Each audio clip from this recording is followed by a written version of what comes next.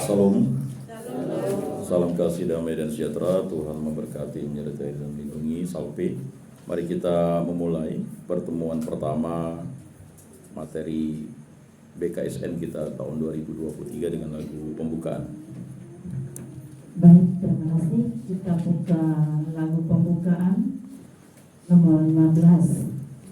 Mari menuju ke hadapan Tuhan. Nomor 15.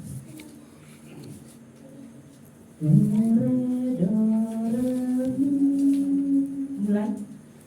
Mari menuju ke hadapan Tuhan, harapan hidupmu. Apabila Allah membimbingku, beranilah aku selalu. Mari menuju ke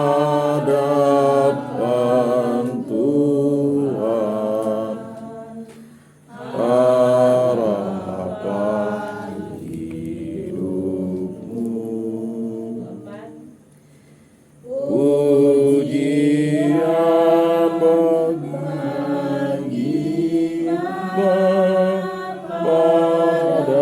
Bapa dan Putra dan Roh Kudus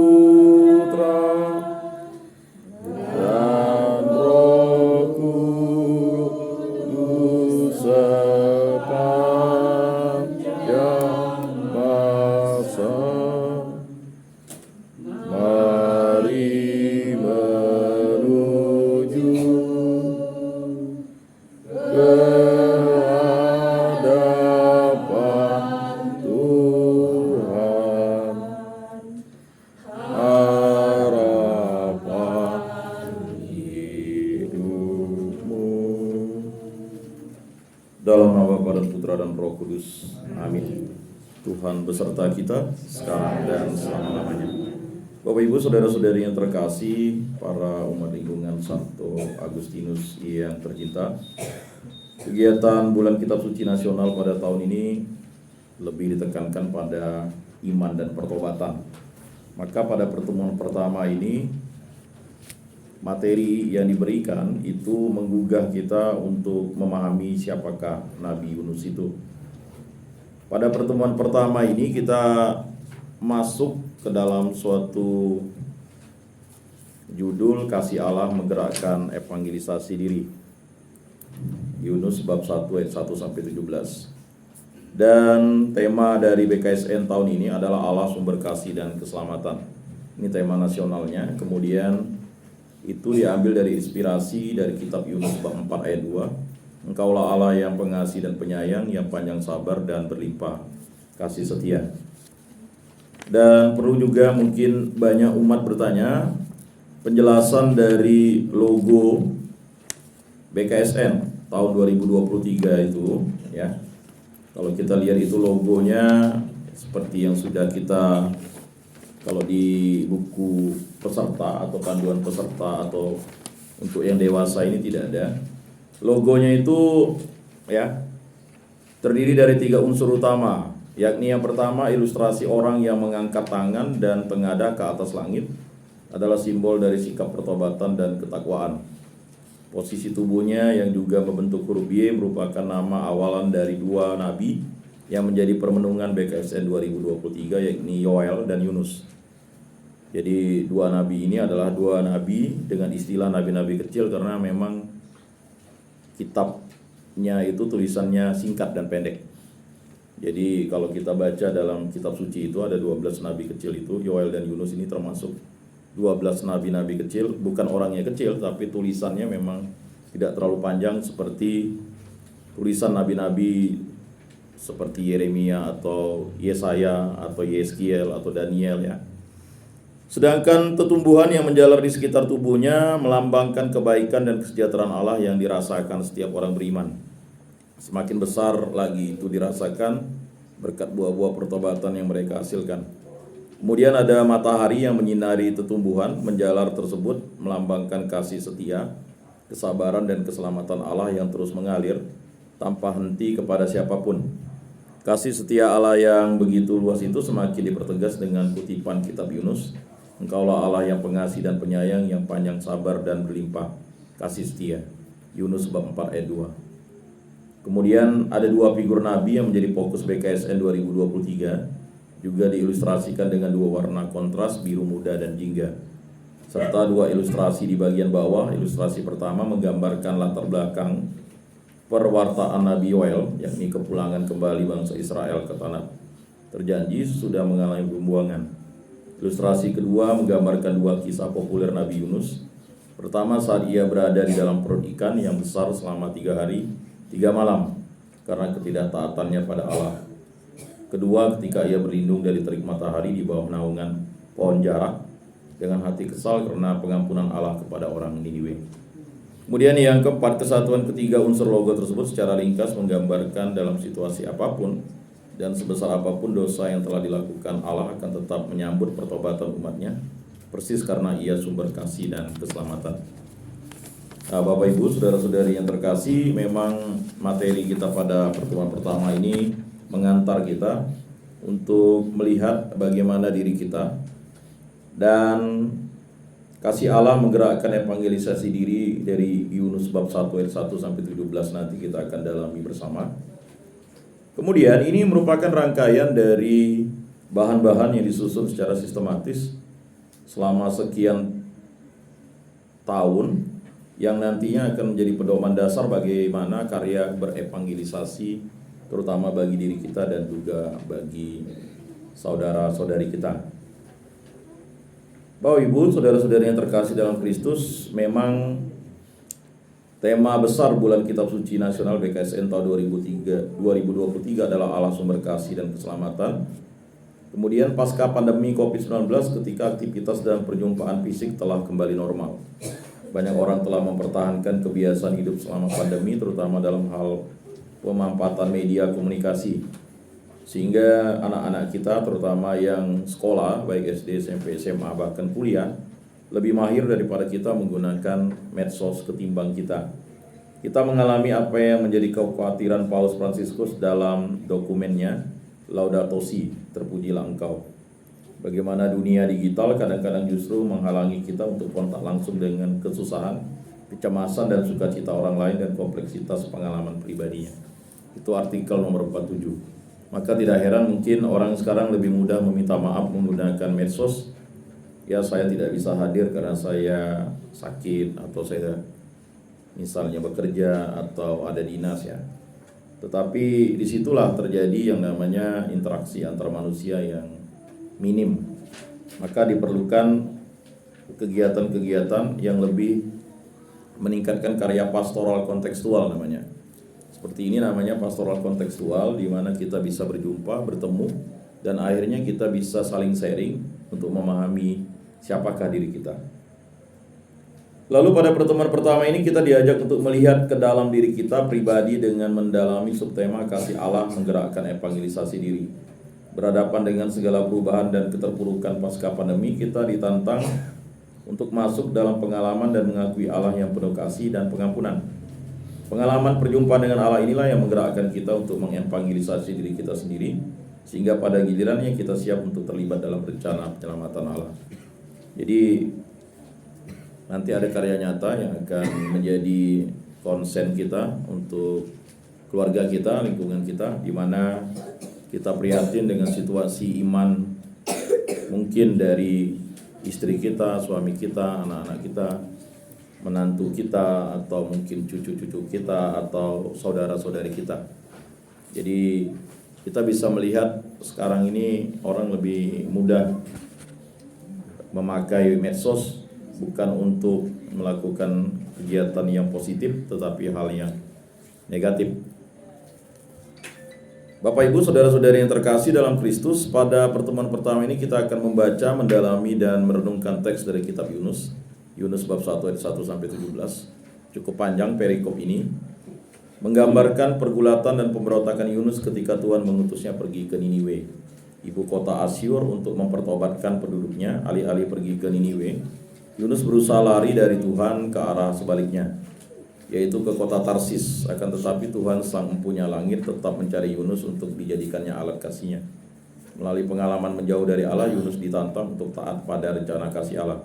Pada akhirnya kasih Allah inilah yang mendorong Yunus untuk mengakui Tuhan di tengah-tengah bangsa asing sebagai bentuk dari penginjilan terhadap dirinya sendiri.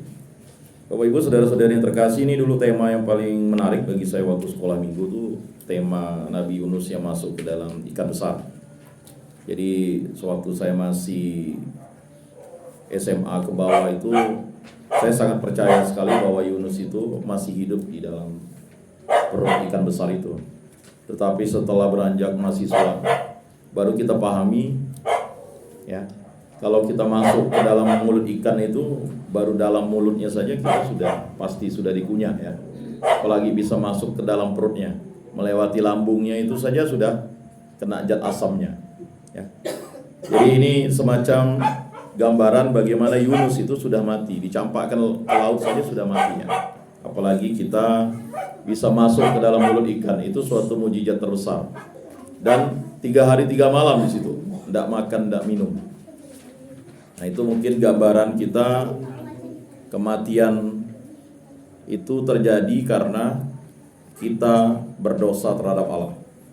Marilah kita berdoa bersama-sama. Halaman 55.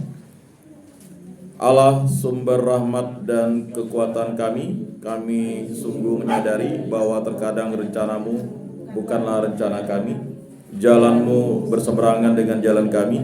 Ajarilah kami untuk dengan rendah hati membuka telinga, hati dan pikiran kami, serta menundukkan diri kami pada kehendak dan rencanamu dalam hidup kami demi Kristus Tuhan dan pengantara kami.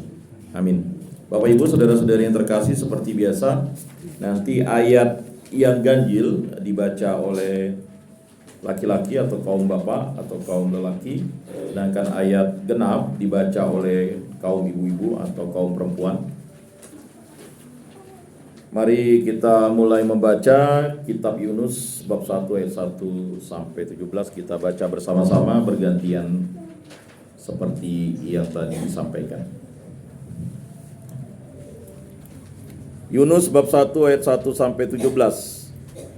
Datanglah firman Tuhan kepada Yunus bin Amitai, pergilah segera ke Niniwe, kota yang besar itu, serukanlah peringatan terhadap mereka, karena kejahatannya telah sampai kepadaku.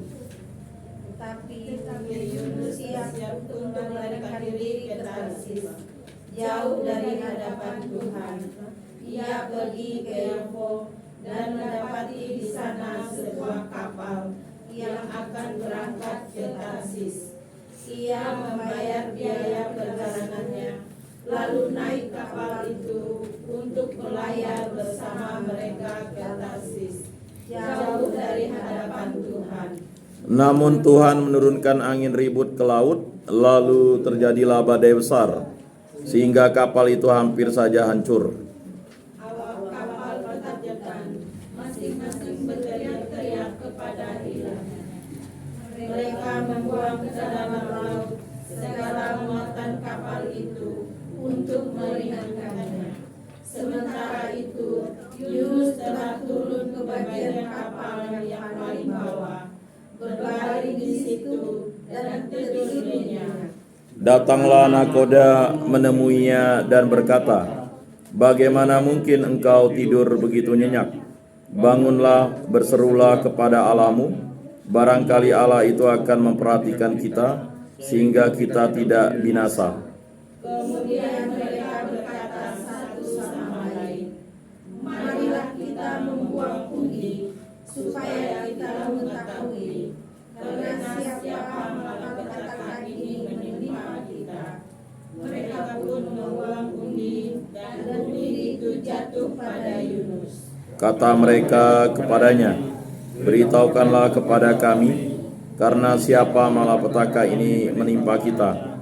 Apa pekerjaanmu dan dari mana asalmu? Apa negerimu dan dari bangsa mana engkau? Sahutnya kepada mereka, aku orang Ibrani, aku takut akan Tuhan, Allah semesta langit, yang menjadikan lautan dan daratan.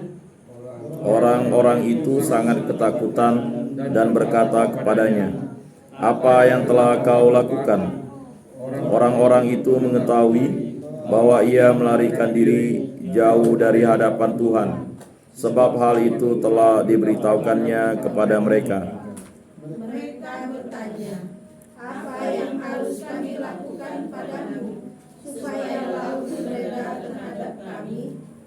Sahutnya kepada mereka, angkatlah aku, campakkanlah aku ke dalam laut, supaya laut mereda dan tidak menyerang kamu lagi.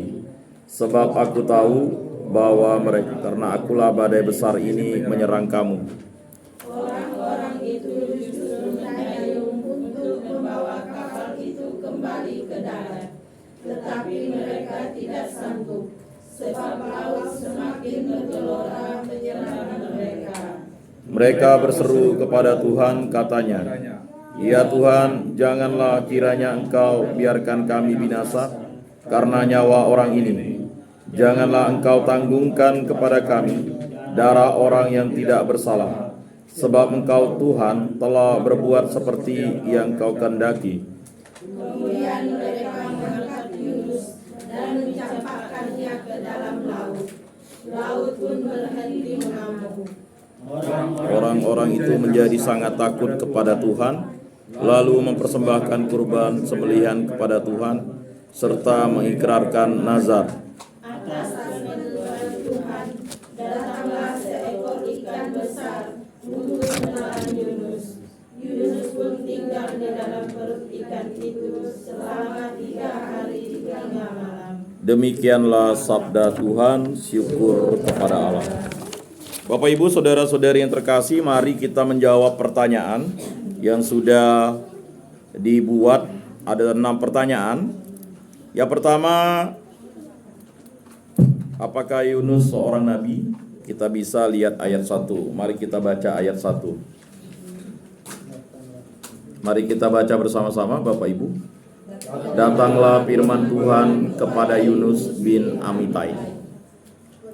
Kemudian yang kedua, apa tugas yang diberikan Tuhan Allah kepada Nabi Yunus? Kita bisa lihat ayat 2. Pergilah segera ke Niniwe, kota yang besar itu, serukanlah peringatan terhadap mereka, karena kejahatannya telah sampai kepadaku. Selanjutnya yang ketiga, mengapa Yunus melarikan diri ketika diutus ke Niniwe untuk mewartakan pertobatan? Kita lihat ayat 3. Tetapi Yunus bersiap untuk melarikan diri ke Tarsis, jauh dari hadapan Tuhan. Ia pergi ke Yapo dan mendapati di sana sebuah kapal yang akan berangkat ke Tarsis. Ia membayar biaya perjalanannya, lalu naik kapal itu untuk berlayar bersama mereka ke Tarsis, jauh dari hadapan Tuhan. Yang keempat, tunjukkanlah perbedaan sikap antara para awak kapal dengan Yunus berhadapan dengan badai besar dan kapal hampir saja karam. Kita lihat ayat 4-6. Kita baca bersama-sama. Namun Tuhan menurunkan angin ribut ke laut, lalu terjadilah badai besar sehingga kapal itu hampir saja hancur. Awak kapal ketakutan, masing-masing berteriak-teriak kepada ilahnya. Mereka membuang ke dalam laut segala muatan kapal itu untuk meringankannya. Sementara itu Yunus telah turun ke bagian kapal yang paling bawah, berbaring di situ dan tertidur nyenyak. Selanjutnya, dan berkata, bagaimana mungkin engkau tidur begitu nyenyak? Bangunlah, berserulah kepada Allahmu. Barangkali Allah itu akan memperhatikan kita sehingga kita tidak binasa. Selanjutnya yang kelima, apa yang dilakukan para awak kapal untuk mengetahui siapa yang menjadi penyebab terjadinya malapetaka? Lihat ayat 7, mari kita baca bersama. Kemudian mereka berkata satu sama lain, marilah kita membuat undi supaya kita mengetahui karena siapa malapetaka ini menimpa kita. Mereka pun membuang undi dan undi itu jatuh pada Yunus. Selanjutnya pertanyaan ke-6, apa yang harus dilakukan para awak kapal agar angin badai mereda dan laut menjadi tenang? Lihat ayat 11 sampai 12 dan 15. Mari kita baca bersama. Mereka bertanya,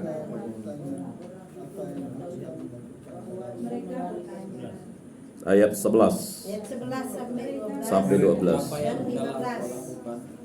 Mereka bertanya, apa yang harus kami lakukan padamu Supaya laut mereka terhadap kami. Sautlah kepada mereka, angkatlah aku, campakkan aku ke dalam laut, supaya laut mereda dan tidak menyerang kamu lagi. Sebab aku tahu bahwa karena akulah badai besar ini menyerang kamu. Kemudian ayat 15, mereka mengangkat Yunus kemudian dan mencampakkannya ke dalam laut, laut pun berhenti mengamuk. Bapak Ibu saudara-saudari yang terkasih, memang secara sistematis bulan kitab suci nasional kita ini, materi pertama ini, kalau di buku intinya itu cukup panjang, tetapi dalam buku untuk pendalaman khusus orang dewasa itu dibuat, ini hasil dari evaluasi sekian tahun BKSN itu. Ayat-ayat ini dipergunakan untuk kita bisa menjawab pertanyaan-pertanyaan yang akan datang di dalam diri kita dan mungkin orang lain. Bapak Ibu, saudara-saudari yang terkasih, terima kasih telah berusaha memahami teks dari kitab Nabi Yunus ini, bab 1 ayat 1 sampai 17, serta membagikan pengertian masing-masing. Yang pertama, pada bagian awal perikop, Yunus digambarkan sebagai seorang yang menerima firman Tuhan. Datanglah firman Tuhan kepada Yunus, Yunus bab 1 ayat 1. Penerimaan firman ini menjadi tanda nyata bahwa Yunus adalah seorang nabi. Jadi Yunus itu adalah seorang nabi, ditegaskan dalam Yunus bab 1 ayat 1. Datanglah firman Tuhan kepada Yunus bin Amitai. Jadi Yunus itu artinya kalau kita lihat seksama sebenarnya, Yunus ini merupakan seorang nabi, dan Yunus itu kalau kita pahami secara definisi kata-katanya, siapakah Yunus itu? Yunus ini adalah seorang nabi yang berasal dari Yerusalem. Lalu Yunus itu diutus ke tanah asing. Meski tidak disebut dalam Yunus bab 1 ayat 1 sampai 17, dapat dipastikan bahwa ketika Yunus untuk pertama kalinya, Yunus berada di Yerusalem. Jadi Yerusalem merupakan kota tanah air dari orang-orang Ibrani yang takut akan Tuhan. Kita bisa baca di bab 1 ayat 9-nya. Lalu penerimaan firman ini menjadi tanda nyata bahwa Yunus adalah seorang nabi. Nah, Bapak Ibu saudara-saudari yang terkasih, Tuhan menugaskan Nabi Yunus ke kota Niniwe, kota yang menjadi musuh dari bangsanya sendiri. Jadi Niniwe itu adalah kota yang menaklukkan bangsa-bangsa di sekitarnya, terutama bangsa Israel. Dia diminta untuk menyerukan pertobatan karena mereka sudah banyak berbuat jahat dan dosa di mata Allah. Kita bisa sejajarkan tugas yang diberikan kepada Yunus dengan seorang yang diminta untuk mengajak orang yang memusuhi dan jahat sama kita untuk bertobat agar hubungan menjadi baik sekali. Nah, bisa dijelaskan sebenarnya kalau kita tahu jaraknya ini, mengapa Yunus ini tidak mau ke Niniwe? Ini karena jaraknya terlalu jauh. Jadi kalau kita tahu, kalau dihitung, Yerusalem merupakan kota tanah air dari orang-orang Ibrani. Nah, dari Yerusalem Yunus turun ke Yapo, sekarang Tel Aviv ya. Yapo itu Tel Aviv. Itu kurang lebih di pantai Laut Tengah. Jadi kalau kita tahu sejak sekitar tahun 480 sebelum Masehi terdapat kapal laut yang berangkat dari pelabuhan Yapo ke arah Spanyol. Jadi dari Yapo ke Spanyol itu nanti jaraknya itu sangat jauh. Sedangkan Niniwe itu sekitar abad ke-8 sebelum Masehi, di zaman kerajaan Asyur, Niniwe merupakan kota terbesar di dunia. Luasnya diperkirakan 500 hektar. Jadi untuk mengitari kota Niniwe itu 3 hari perjalanan ya. Lalu bila dikelilingi, sedangkan kota Yerusalem saat itu hanya sekitar 20 hektar. Jadi tidak terlalu besar. Lalu kota Niniwe berjarak sekitar 1120 km dari Yerusalem. Jadi kalau kita pahami mengapa Yunus ini lebih baik lari, karena begini, Niniwe itu terlalu jauh. Kalau kita pergi ke Putusibo 450 km, jadi naik bis ya. Jadi itu kita bisa pulang, balik lagi ke Pontianak, lalu nanti pergi lagi sampai ke Semitau. Itu pakai bis. Kita bisa bayangkan mengapa Yunus itu tidak mau ke Niniwe.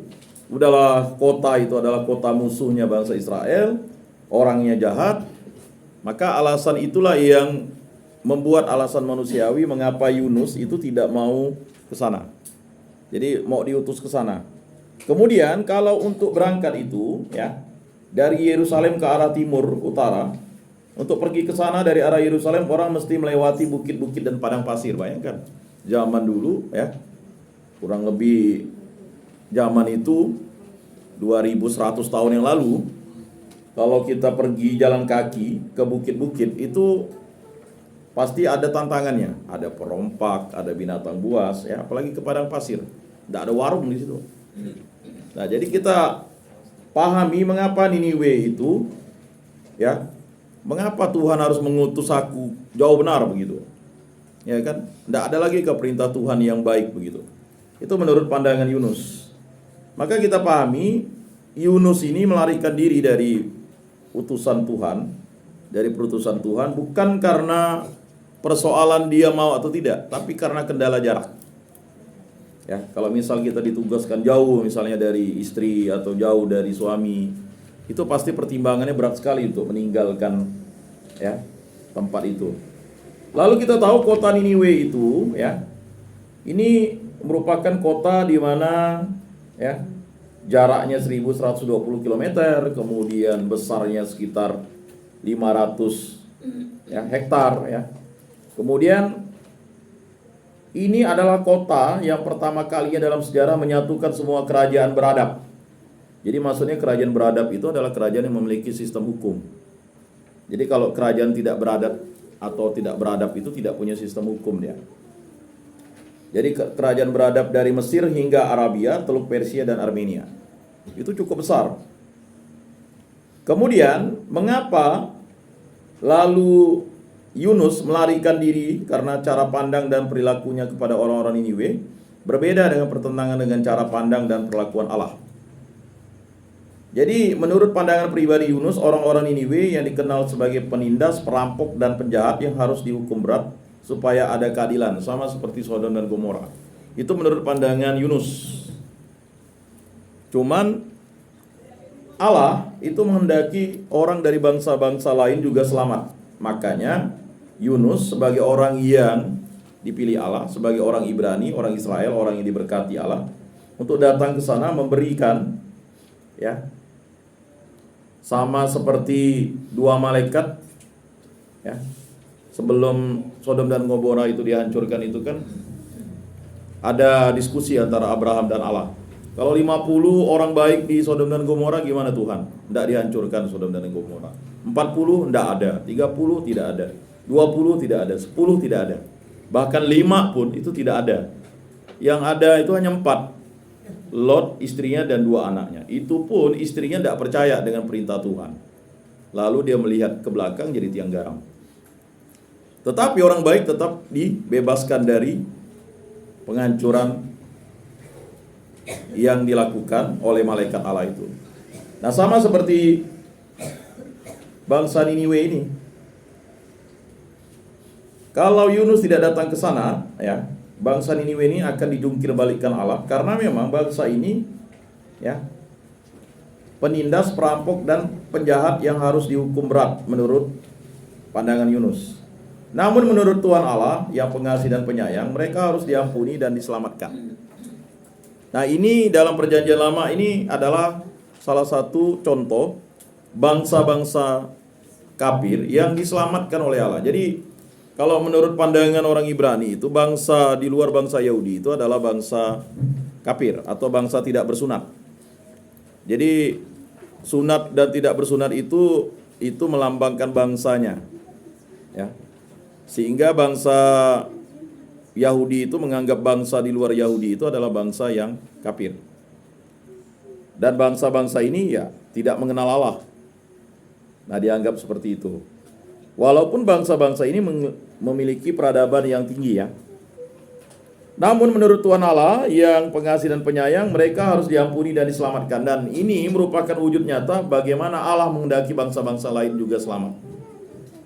Dalam perjanjian lama itu banyak contohnya. Kita tahu Naaman itu bukan orang Yahudi tapi diselamatkan Allah pada zaman Nabi Elisa. Ya. Begitu juga dengan Niniwe ini. Bahkan Yesus menggunakan perumpamaan tanda Niniwe untuk menyatakan kepada orang Yahudi waktu Yesus harus menampilkan tanda apa yang dibuat kalau Yesus itu Mesias. Maka Yesus bilang tanda Niniwe. Lalu Bapak Ibu saudara-saudari yang terkasih, larinya Yunus ini cukup jauh dan sangat jauh sebenarnya. Ya. Jadi perbedaan cara pandang dan perlakuan inilah yang membuat Yunus menolak perintah Allah dan mengambil arah yang berseberangan untuk menjauh diri dari Tuhan. Jadi berseberangan Allah. Itu sebagai orang Katolik ini kan ada ajaran gereja misalnya. Ya kan? Sakramen perkawinan yang kita terima itu kan, perkawinan itu kan sifatnya adalah sakramental. Ya kan? Lalu perkawinan Katolik itu kan monogami dan tak terceraikan. Nah, kalau kita berseberangan dengan kehendak Allah, dengan perintah gereja itu berarti kita memberontak terhadap Allah. Sehingga konsekuensi logisnya dalam gereja Katolik itu seseorang yang berseberangan itu ya tidak layak untuk menyambut tubuh Tuhan. Nah, itu maksudnya. Bukan tidak layak untuk datang ke hadirat Tuhan untuk bertobat, tidak. Tetapi tidak layak dan pantas. Begitu juga dengan Yunus ini. Sehingga apa yang terjadi? Yunus itu lari ke Tarsis. Nah, Tarsis itu kemungkinan kota Tarsis terletak di ujung selatan barat dari Yerusalem, di pesisir Spanyol sekarang. Jadi jauh sekali dia. Jaraknya dari Yerusalem sekitar 5.300 km. 5.300 km. Kalau kita ukur dengan kita ke Putusibau, itu 17 hari lah bolak-baliknya. Ya bolak-balik begitu. 5.300 km itu berarti harus menggunakan perahu, bisa 2 bulan atau 3 bulan perjalanan, tergantung angin. Nah, jadi dia tahu di sana tidak ada Tuhan nih, karena di sana orang-orang kafir. Jadi dia pikir tidak ada Tuhan di sana. Ini kan pikiran kita mungkin melarikan diri dari Tuhan. Misalnya ngapa sih gabung dengan lingkungan Agustinus misalnya kan? Kita bisa gabung dengan lingkungan lain karena ada masalah sedikit. Nah, itu contoh. Ngapa lalu sembahyang ke BMJ misalnya kan? Kita kan bisa sembahyang di katedral misalnya. Karena mungkin ada kelas sedikit misalnya kan. Nah, ini sering terjadi. Dan memang itu unik lah manusia. Tetapi kalau Yunus ini larinya sangat jauh, 5.300 km. Sehingga ya, kota Tarsis itu memang kota di mana terjadi ya atau disebut tempat peleburan logam. Di kota itu para pedagang menukarkan perak, besi, timah putih dan timah hitam. Itu bisa dibaca di Yeskiel bab 27 ayat 12. Jadi supaya Bapak Ibu memahami di mana sih Tarsis itu? Ya, 5.300 km. Kemudian para awak ketakutan ya dan berseru kepada ilah masing-masing. Mereka juga berusaha menyelamatkan kapal dengan cara membuang isi muatannya dan berusaha membawa kapal kembali ke darat. Sebaliknya Yunus mencari ketenangan dan kenyamanan dengan tidak tidur nyenyak di bagian paling bawah kapal. Dia tidak peduli dengan situasi yang menerpa, apalagi berdoa untuk memohon keselamatan kepada Tuhan. Ini celakanya Yunus nih. Udah tahu dia tidur di buritan kapal paling dalam lagi. Jadi mana duli gitu. Nah, ini ada juga misalnya saudara-saudari kita sudah dibaptis di gereja Katolik itu tidak duli gitu. Ya kan? Lebih baik tidur misalnya kan, ngapain misalnya? Ikut kegiatan gereja atau ikut kegiatan ibadat. Lebih baik kita mengunci diri dalam kamar ya kan. Matikan lampu ya kan. Pasang obat nyamuk atau pasang kelambu ya tidur kan. Besok bangun begitu. Nah, keinginan Yunus seperti itu, dia sudah mati akal ya. Dia tidak akan lagi mau mengikuti kehendak Tuhan. Suruh sendiri, jalan ke sana sendiri kan. Sampai enggak aku ke sana. Nah, ini pemikiran-pemikiran kita. Mungkin dulu kita waktu kita menerima seorang perempuan atau seorang lelaki menjadi istri atau suami kita, sampai enggak perkawinan kita ini 5 tahun, 10 tahun, 15 tahun, 20 tahun. Tapi karena pertolongan Tuhan, sampai juga begitu. Ya kan? Karena menyatukan dua orang yang berbeda itu kan susah. Laki-laki dan perempuan itu pasti berbeda, kan begitu. Satu ke barat, satu ke timur, ya kan? Nah, tapi bisa kalau karena pertolongan Tuhan. Nah, kita kembali ke konteks ini. Yunus ini walaupun dia adalah berkat bagi bangsa-bangsa lain, tetapi dia justru menyia-nyiakan berkat itu. Dan akibatnya apa yang terjadi? Orang di kapal itu berdoa kepada Allahnya. Kata nahkoda, marilah kita berdoa kepada Tuhan kita. Masing-masing berdoa. Ya. Tetapi Yunus ini santai-santai aja. Satu-satunya orang di dalam kapal yang masa bodoh gitu. Mau perahu nih karam kah, mau mati ke semua orang. Ya kan? Mana dulilah bahasa sini gitu kan. Lalu para awak kapal membuang undi untuk mengetahui siapa yang menjadi penyebab terjadinya malapetaka. Nah ini, jadi Bapak Ibu, saudara-saudari terkasih, kalau kita sudah dibaptis, kita menjadi berkat bagi sesama. Lalu kalau kita tidak mau diutus, ya, atau tidak mau menerima perutusan, berarti kita akan menjadi kutukan bagi orang lain. Membuang undi bagi orang Israel dimaksudkan untuk mengenal petunjuk dari Tuhan. Namun di sini nahkoda dan para awak kapal yang melakukannya untuk meminta petunjuk Tuhan. Undian jatuh kepada Yunus yang berarti bahwa dialah yang bersalah dan berdosa sehingga terjadi malapetaka. Nah ini maka hati-hati kita sebagai orang yang sudah dibaptis. Kalau kita tidak mau mewartakan kasih Allah, kita akan menjadi kutukan atau malapetaka bagi diri kita dan keluarga kita, atau bagi masyarakat kita. Nah ini merupakan suatu inspirasi iman yang harus kita pahami. Dia lalu mengakui dirinya sebagai penyebab terjadinya badai karena melarikan diri atau menjauhkan diri dari hadapan Tuhan. Dia melarikan diri dari tugasnya untuk mewartakan pertobatan kepada orang-orang Niniwe yang menjadi musuh bangsanya dan yang melakukan banyak kesalahan dan dosa. Nah, jadi memang tugas kita di muka bumi ini, diutus Allah itu untuk mengabarkan kabar sukacita. Atau kita menjadi penginjil-penginjil dalam kegiatan hidup kita. Baik di keluarga, di masyarakat, di tengah umat dan sebagainya. Dan memang itu tantangannya begitu sulit. Apalagi kalau kita dari latar belakang pendidikan, pemahaman, kemudian perbedaan ya. Karena ada yang mungkin tidak sesuku, ya kan, berbeda suku. Nah itu latar belakang itu cukup berat. Karena kita membawa adat istiadat masing-masing. Sehingga untuk menyatukan itu tidak mudah. Sehingga penginjilan itu bisa tidak jalan di keluarga kita karena faktor-faktor itu. Belum lagi misalnya pertengkaran. Dan yang faktor yang paling banyak menghambat penginjilan itu adalah ya bisa jadi faktor ekonomi, kemudian faktor perselingkuhan, kemudian latar belakang sosial yang berbeda. Nah ini penyebab-penyebab mengapa banyak penginjilan di keluarga tidak jalan. Nah baru-baru ini saya mendengar satu sarjana agama ya, di lingkungan kami itu pindah iman.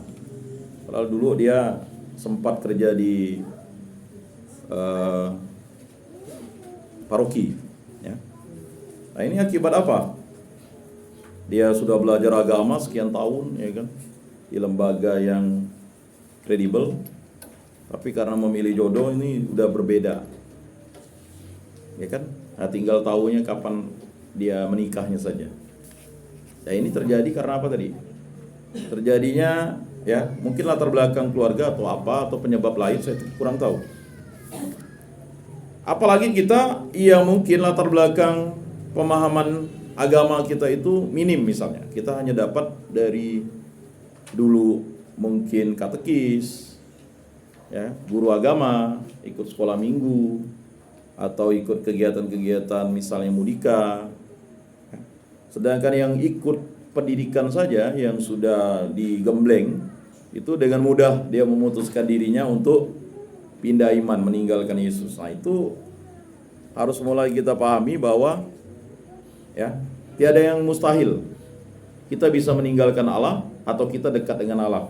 Itu adalah dua pilihan yang harus kita pilih. Meninggalkan Allah, kita memberontak terhadap Allah. Kita dekat dengan Allah, berarti kita mau diutus oleh Allah. Nah, inilah yang terjadi dengan Yunus, ya. Undian jatuh kepada Yunus, yang berarti bahwa dialah yang bersalah dan berdosa sehingga menjadi malapetaka. Dia lalu mengakui dirinya sebagai penyebab terjadinya badai, karena melarikan diri atau menjauhkan diri dari hadapan Tuhan. Dia melarikan diri dari tugasnya untuk mewartakan pertobatan kepada orang-orang Niniwe yang menjadi musuh bangsanya dan yang melakukan banyak kesalahan dan dosa. Mungkin implementasinya di keluarga itu mudah misalnya. Tugas kita itu kan ada 5 tugas kita sebagai gereja. Yang pertama itu liturgia, pengudusan. Maka setiap keluarga Katolik itu harus dikuduskan dengan sakramen perkawinan. Banyak yang bertanya sakramen perkawinan atau sakramen pernikahan. Ya. Dalam gereja Katolik itu yang kita tahu sakramen perkawinan suci. Karena yang suci itu adalah perkawinannya. Supaya dia halal itu harus ratum et consumatum, dia harus menerima sakramen perkawinan. Kalau pernikahan itu resepsinya. Kita berbeda dengan iman lain. Maka yang halal itu adalah ratum et consumatumnya itu. Dia harus ratum et consumatum, itu istilahnya. Ya. Bukan consumatum et ratum dibalik, tidak. Ya kan? Nah, makanya seseorang itu harus diikat dengan sakramen perkawinan. Makanya tugasnya liturgia. Lalu setiap minggu kita harus menerima sakramen Ekaristi. Wajib tuh. Kalau kita tidak, itu berdosa berat. Makanya biasanya kalau kita tidak menerima sakramen Ekaristi pada hari Minggu, alasannya karena alasan bukan sakit ya. Beda sakit, lansia, ketidakmampuan, atau menolong orang dalam kecelakaan, itu sudah Ekaristi. Pas mau ke gereja, tiba-tiba ada kecelakaan, kita menolong orang, kita tidak ke gereja. Itu udah Ekaristi. Cuman wujudnya dalam bentuk yang berbeda, menolong orang. Ya. Tetapi dengan sengaja meninggalkan Ekaristi, tidak datang ke gereja pada hari Minggu, itu berarti kita sudah berdosa berat. Kalau di gereja di kota ini, saya pikir dari mulai hari Minggu itu, mulai dari hari Sabtu, jam 6 itu udah ada misa ya. Kalau memang kita tidak misa di BMJ, kita bisa misa di MRPD, Kota Baru, ya. Nah, kalau mau lebih jauh lagi ke Stella Maris. Ada 3 gereja yang misanya di hari Sabtu. Waktu saya di Stella Maris dulu, saya sering hari Sabtu waktu saya SMP dan SMA. Karena anehnya kegiatan pramuka di hari Minggu. Nah, jadi ada solusinya di hari Sabtu. Nah, lalu kalau hari Minggu itu mulai semua gereja itu ada misa. Mulai dari gereja paroki sampai gereja kapel ya. Kalau di kapel di Antonius itu 5:30. Nah, lanjut nanti kalau yang jam 6 gereja BMJ, gereja katedral, Kota Baru. Kalau MRPD tidak ada jam 6 ya. Lanjut nanti 6:30 ada Stella Maris, Gembala Baik, kemudian Agustinus, lalu Tanjung Hulu. Ya, jadi kalau kita tidak datang ke gereja itu aneh. Oh, mau pergi nih kemana? Ke Ambawang. Masih bisa singgah ke Tanjung Hulu dulu kan begitu. Tidak ada alasan sebenarnya, ya kan? Ya, kalau Tanjung Hulu tuh cepat dia misanya, pengumumannya di awalnya. Kalau kita kan pengumuman di akhir, ya. Jadi agak aneh dia. Kalau memang enggak juga udah sampai ke Ambawang pun masih ada gereja-gereja di pinggir-pinggir, itu kan? Ya memang dasar kita yang enggak mau gitu. Mulai nanti lanjut lagi ke jam 8 kan. Di BMJ ada, di MRPD ada, kemudian ada di Kota Baru, ya, di Katedral ada, 8:30 di Siantan ada, ya, di Agustinus ada, di Tanjung Hulu ada, ya kan? Di GB ada, GB 6:30 dengan jam 8:30 kalau tidak salah. Nah, jadi tidak ada di kota ini, beda kalau di kampung lah. Di kampung ya, saya ingat di kampung mama saya itu paling ya setahun sekali itu puji Tuhan. Kalau di Sungkung tuh 3 tahun sekali, bahkan 2 tahun sekali. Sekarang sih udah agak, ya karena udah di ini ya, ada paroki baru. Tapi di kita ini aneh. Lalu kalau kita ndak mau misalnya pagi, sore ada. Mulai dari setengah 5, jam 5, sampai jam 6 dan terakhir jam 7 di katedral. Oh mungkin panas di BMJ, yang pakai AC banyak. Kota Baru, ya kan, katedral, MRPD itu pakai AC. Oh terlalu dingin, cari yang panas. Ya, jadi memang kalau kita lari dari Tuhan, itu tetap kita akan dicari Tuhan. Makanya jangan heran kalau misalnya Natal Paskah itu ramai sampai pakai tenda kan. Rupanya ramai orang Katolik nih kan. Oh enggak, ini datang dari kampung. Enggak mungkin juga kan, datang dari kampung pun juga banyak misa juga kan, berderet di situ. Jadi saya pikir memang unik untuk menjadi saksi Tuhan. Kemudian kerikma, pewartaan ya, selain liturgia tadi itu ya, pengudusan. Jangan lupa anak-anak yang di bawah 40 hari ya kan, segera dibaptis. Ya. Dulu kalau zaman bapak saya pernah kena marah karena adik saya itu terlambat dibaptis lewat 40 hari. Ya, Pastor Chong di Siantan. Ya. Jadi seperti itu. Kemudian nanti ada kerikma, pewartaan. Pewartaan itu ini yang sering kita lupakan. Ya. Itu namanya kerikma. Lalu ada diakonia. Itu namanya pelayanan. Lalu ada koinonia, persekutuan seperti ini. Kalau diakonia bapak-bapak, ibu-ibu sudah tahu lah. Kemudian ada martiria, kesaksian iman dengan keteladanan kita. Lanjut, para awak kapal harus membuang Yunus ke laut sesuai permintaannya. Setelah Yunus dibuang, angin reda dan laut tenang. Nampaknya supaya angin reda dan laut tenang serta kapal bisa berlayar sampai tujuan. Mereka harus membuang sumber dosa yang ada di kapal. Demikian juga hidup bisa berjalan dengan baik sesuai dengan kehendak Allah. Kita membuang sumber dosa dalam diri kita. Bapak Ibu saudara-saudari yang terkasih, memang kalau kita menggunakan bahan ini itu cukup panjang ya. Kalau di Rupinus kemarin saya kasih yang bahan panjang. Kalau ini bahan pendeknya. Karena memang materi pertemuan pertama ini cukup panjang. Ada berapa lembar ya. Tapi yang ini sudah diringkas. Lalu ada pertanyaan ya, ada 4 pertanyaan yang bisa langsung dijawab nantinya oleh Bapak Ibu. Silakan bebas mau berapa orang dari Bapak Ibu. Yang pertama, bertolak dari pengalaman awak kapal yang terombang-ambing di tengah laut dan berseru kepada ilah mereka, apa saya juga ingat akan Allah dan berseru kepadanya ketika di hadapan pada badai kehidupan. Yang kedua, setelah Yunus yang dianggap menjadi penyebab badai dibuang ke laut, badai menjadi reda, apakah saya menemukan sumber-sumber dosa yang menjadi penyebab badai dalam diri keluarga, masyarakat atau bangsa saya? Beranikah saya membuangnya? Yang ketiga, apakah saya lebih suka mencari kenyamanan dan memilih diam dan bersembunyi daripada terlibat dan berjuang untuk mengatasi badai di tengah keluarga, lingkungan, dan masyarakat? Yang keempat, apakah saya mampu mengevangelisasi diri sendiri sehingga pada gilirannya saya siap untuk terlibat dalam rencana penyelamatan Allah di kehidupan sehari-hari? Silakan Bapak Ibu. Ya, saya kasih kesempatan minimal 4 orang lah. 2 ibu, 2 bapak, silakan. Gimana Bu? Bu Satian kali? Silakan Bu. Oh yang lain. Nih Pak Julianus kan? Lain. Pak Pasar Ibu mungkin? Oh yang lain juga. Pak Selimun? Belum ya? Atau Bu Masni? Enggak apa-apa Bu, sharing Bu. Oh. Enggak apa-apa, cerita tentang pengalaman pribadi pun enggak masalah begitu ya. Silakan. Nah, langsung.